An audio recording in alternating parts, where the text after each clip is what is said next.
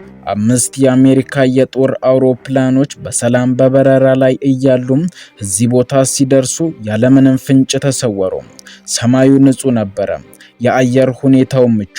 አብራሪዎቹም በዘርፉ ስማቸው የገነነም በሺዎች የሚቆጠሩ ሰዓታት የበረራ ልምድ ያላቸው ባለሙያዎች ነበሩ። ነገር ግን በድንገት ከበረራ መቆጣጠሪያ ማዕከላት ጋር የነበራቸው ግንኙነት በድንገት ተቋረጠ።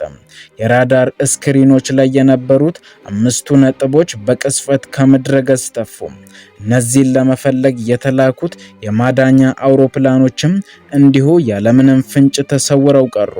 ምንም አይነት ፍንጭ አልተገኘም። እንዲሁ ድራሻቸው ጠፋ። ቦታው የዘመናችን ሚስጥር የሆነው ቤርሙዳ ነበር።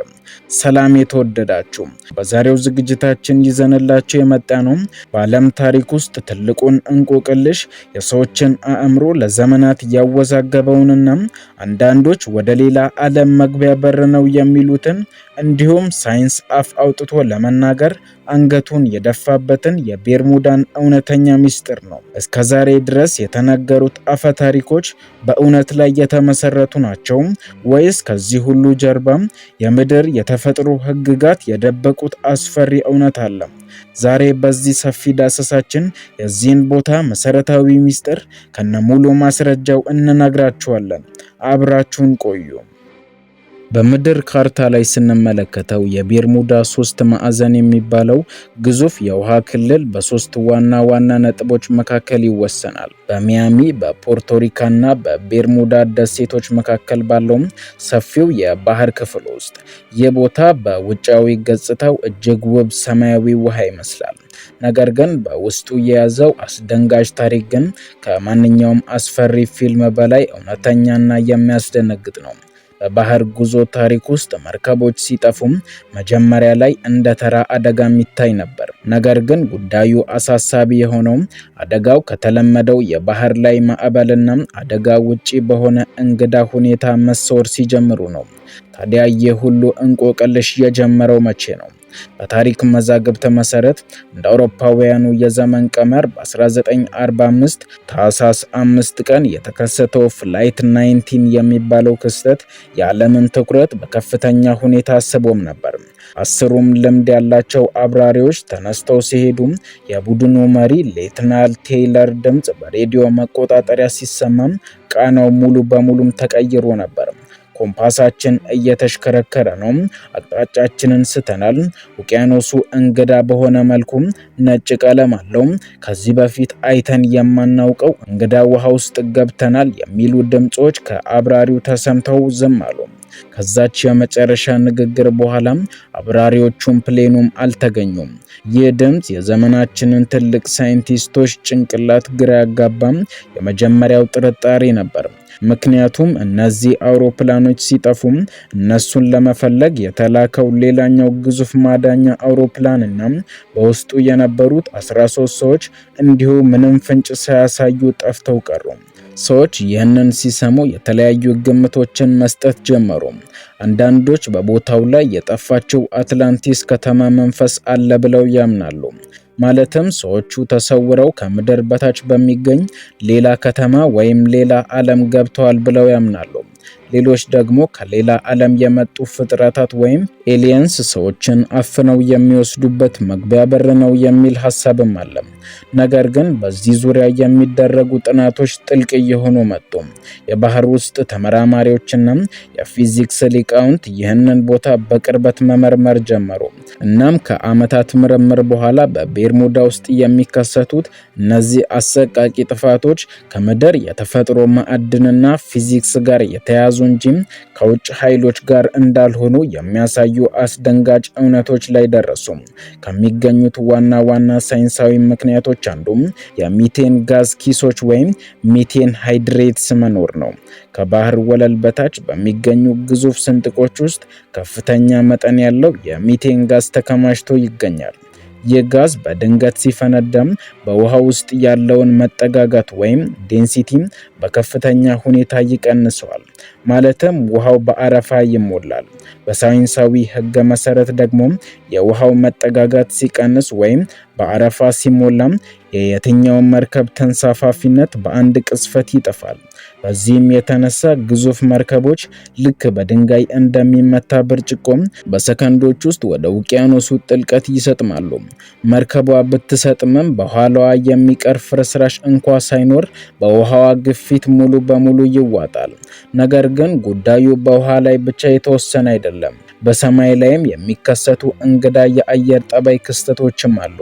ተመራማሪዎች በሳተላይት ምስሎች እንደተመለከቱት በቤርሙዳ 3 ማዕዘን ላይ ባለ 6 ማዕዘን ቅርጽ ያላቸው እንግዳ ደመናዎች ይፈጠራሉ።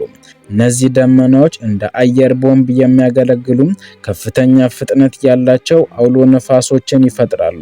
በሰዓት እስከ 170 ማይል የሚደርሰው ይህ ኃይለኛ አውሎ ነፋስ በሰማይ ላይ የሚበር ማንኛውንም አውሮፕላን መቆጣጠሪያውን በማሳጣት በሰከንዶች ውስጥ ከሰማይ ወደ ውቅያኖስ እንዲከሰከስ ያደርጋል። አብራሪዎቹ እርዳታ ለመጠየቅም ሆነ ለማሰብ ጊዜም አያገኙም። ከዚህም በተጨማሪ በቤርሙዳ አካባቢ የሚገኝ ማንኛውም ኮምፓስ ሁልጊዜ መግነጢሳዊ ሰሜንን ያመለክታል። ማለትም እዛ ቦታ ላይ ኮምፓሶች አይሰሩም። ነገር ግን በቤርሙዳና በሌላ ጥቂት የዓለም ክፍሎች ውስጥ መግነጢሳዊ ሰሜንና እውነተኛው ሰሜን በአንድ መስመር ላይ ይገጥማሉ። ይህ ሲሆን የኮምፓስ ንባብ ሙሉ በሙሉ መሽከርከር ይጀምራል። አብራሪዎቹና መርከበኞቹ የት እንዳሉ ማወቅ ያቅታቸዋል። እናም ያለ አቅጣጫ በጨለማ ውስጥ እየተንሸራተቱ ወደ ገደል አፋፍ ይገባሉ። የጥንት ሰዎች ሳያውቁት በመናፍስት ስም የፈሩት ነገር ግን ዛሬ በሳይንስ የተረጋገጠው የምድር የተፈጥሮ ሕግ ይህን ይመስላል። ነገር ግን እዚህ ላይ አንድ ጥያቄ መነሳት አለበት። በዓለም ላይ ካሉ ውቅያኖሶች ሁሉም ለምን ቤርሙዳ ብቻ እንዲህ ሊሆን ቻለም? በእርግጥም በስታቲስቲክ ላይ ሲታይ በቤርሙዳ የሚከሰቱ አደጋዎች ቁጥር ከሌሎች የባህር ክፍሎች ጋር ሲወዳደር እጅግ የላቀ አይደለም። ነገር ግን ቦታው በዓለም ላይ በጣም መታታዊ የሚመስል የመርከብና የአውሮፕላን ማለፊያ መንገድ በመሆኑም እዚያ የሚከሰቱ ጥቂት አደጋዎች እንኳን በዓለም አቀፍ ደረጃ ትልቅ ትኩረትን እንዲያገኙ አድርጓቸዋል። ሚዲያዎችና ጸሐፊዎች ይህንን አጋጣሚ በመጠቀም ቦታውን እንደ እርጉም ምድር በመሳል ለሰዎች የማወቅ ጉጉት ትልቅ መድረክንም ፈጥረዋል። ነገር ግን ከዚህ በላይ የጠቀስናቸው ማዕበልና የሚቴን ጋዝ ፍንዳታ ብቻውን የዚህን ቦታ ታሪክ ሙሉ በሙሉ ሊያብራሩት አይችሉም። ምክንያቱም በሺዎች የሚቆጠሩ ዓመታትን ያስቆጠረው የባህር ጉዞ ታሪክ እንደሚያሳየው ውቅያኖሶች የራሳቸው የሆኑ ድብቅ ሕግጋትና የሰው ልጅ ያልደረሰበት ተፈጥሯዊ ሚስጥራት አላቸው። የባህር ውስጥ ተመራማሪዎች በሶናር ቴክኖሎጂ በመጠቀም የባህር ወለሉን ሲቃኙ ከዚህ ቀደም በሰው ዓይን ታይተው የማይታወቁ እንግዳ የሆኑ አወቃቀሮችን አግኝተዋል። በአትላንቲክ ውቅያኖስ ጥልቀት ውስጥ ከሰው ሰራሽ ህንፃዎች ጋር የሚመሳሰሉ ግዙፍ ድንጋዮች እና የፒራሚድ ቅርጽ ያላቸው መዋቅሮች መኖራቸውንም ተረጋግጧል። ይህ ደግሞ በሺዎች ከሚቆጠሩ ዓመታት በፊት በዛሬው የቤርሙዳ አካባቢ የሰለጠነ ማህበረሰብ ነበረ ወይ የሚለውን ጥያቄንም አስነስቷል። አንዳንዶች ይህ የጠፋችው አትላንቲስ ከተማ ፍርስራሽ ሊሆን እንደሚችልም ይገምታሉ። ምክንያቱም በጥንታዊ ግሪካዊ ፈላስፋ በፕላቶ መጽሐፍት ውስጥ የሰፈረው የአትላንቲስ መጥፋት መግለጫ በትክክል ከዚህ አካባቢ ጋር ይመሳሰላል። ነገር ግን ሳይንቲስቶች እነዚህ የድንጋይ ቅርጾች የተፈጥሮ የጂኦሎጂካል ውህደቶች ውጤት እንጂ የሰው ሰራሽ ስፍራዎች አይደሉም ብለው ይከራከራሉ። የትኛው ነው ትክክል? የተፈጥሮ ድንገተኛ ጂኦሎጂካል ክስተት ወይስ ከኛ ዕውቀት በላይ የሆኑ ጥንታዊ ሚስጥሮች? እውነታው ግን ሁለቱም የራሳቸው የሆኑ አሳማኝ ነጥቦች አላቸው። የሰው ልጅ አእምሮ ሁልጊዜም ከምክንያታዊነት ባሻገር የማይታወቁ ነገሮችን በመመርመር ይደሰታል። ቤርሙዳ ለዚህ ፍጹም ማሳያም ጭምር ናት። ምክንያቱም ጥያቄው እየጨመረ በሄደ ቁጥር የሰዎች የማወቅ ጉጉትም አብሮ እያደገ ይመጣል። ወደፊት ስንሄድ በውቅያኖስ ውስጥ የሚገኙት የባህር ውስጥ ጅረቶች ለዚህ እንቆቅልሽ ሌላኛው ቁልፍ ምክንያት መሆናቸውን እንረዳለን። የባህር ጅረቶች እንደ ግዙፍ አውራ ጎዳናዎች የሚያገለግሉ ሲሆን በሰዓት ከፍተኛ ፍጥነት ያላቸው የውሃ ማዕበሎችንም ያንቀሳቅሳሉ። አንድ መርከብ ወይም አውሮፕላን በድንገት ሲሰጥም እነዚህ ኃይለኛ ጅረቶች የጠፉትን አካላትና ፍርስራሾች በሺዎች የሚቆጠሩ ኪሎ ሜትሮች ርቀት ላይ ወደሚገኙ ሌሎች የውሃ አካላት ሊወስዷቸውም ይችላሉ። ለዚህም ነው ፍለጋ በሚደረግበት ጊዜ ምንም አይነት ፍርስራሽ በቀላሉ የማይገኘው። ተፈጥሮ የራሷን ዱካ በሰከንድ ውስጥ በመደምሰስ ረገድ ወደር የላትም። ስለዚህ ዛሬ በዚህ ሰፊ ዳሰሳችን እንደተረዳነው የቤርሙዳ ሶስት ማዕዘን ከሳይንስ ውጪ የሆነ አስማታዊ ቦታ አይደለም። ይልቁን የምድር ተፈጥሮ ህግጋት፣ ኃይለኛ የጋዝ ፍንዳታዎችና የአየር ንባብ መዋቅሮችና የመግነጢሳዊ መስክ ለውጦች በአንድ ላይ ተገናኝተው የፈጠሩት አስደናቂና አደገኛ የተፈጥሮ ክስተት ጭምር ነው። ከእያንዳንዱ የጠፋ መርከብና አውሮፕላን ጀርባ የሰው ልጅ ተፈጥሮን ለመቆጣጠር ያደረገው ጥረትና የተፈጥሮ ኃይል ያደረሱት ግጭት አለ። ታዲያ ይህ ሁሉ ሲጠቃለል የቤርሙዳ ሚስጥር ለቀጣዮቹ ትውልድም ቢሆን የአእምሮ ፈተና ሆኖ መቀጠሉ አይቀርም። የሰው ልጅም ስለማያውቀው ነገር መመርመርም አያቆምም። ውቅያኖሱም አሁን ድረስ የያዛቸውን ስፍር ቁጥር የሌላቸው ሚስጥሮች ይዞም በጸጥታ ይፈሳል። ታዲያ እናንተስ ምን ትላላችሁ? በቤርሙዳ ውስጥ አሁንም ቢሆን በሳይንስ ያልተደረሰም ሌላ የተደበቀ ሚስጥር አለ ብላችሁ ታስባላችሁ?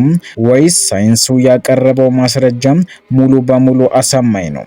ሀሳባችሁን ከታች ባለው የኮመንት መስጫ ላይ አጋሩን። አብራችሁን ስለቆያችሁ እናመሰግናለን። መልካም ጊዜ ሆነላችሁ።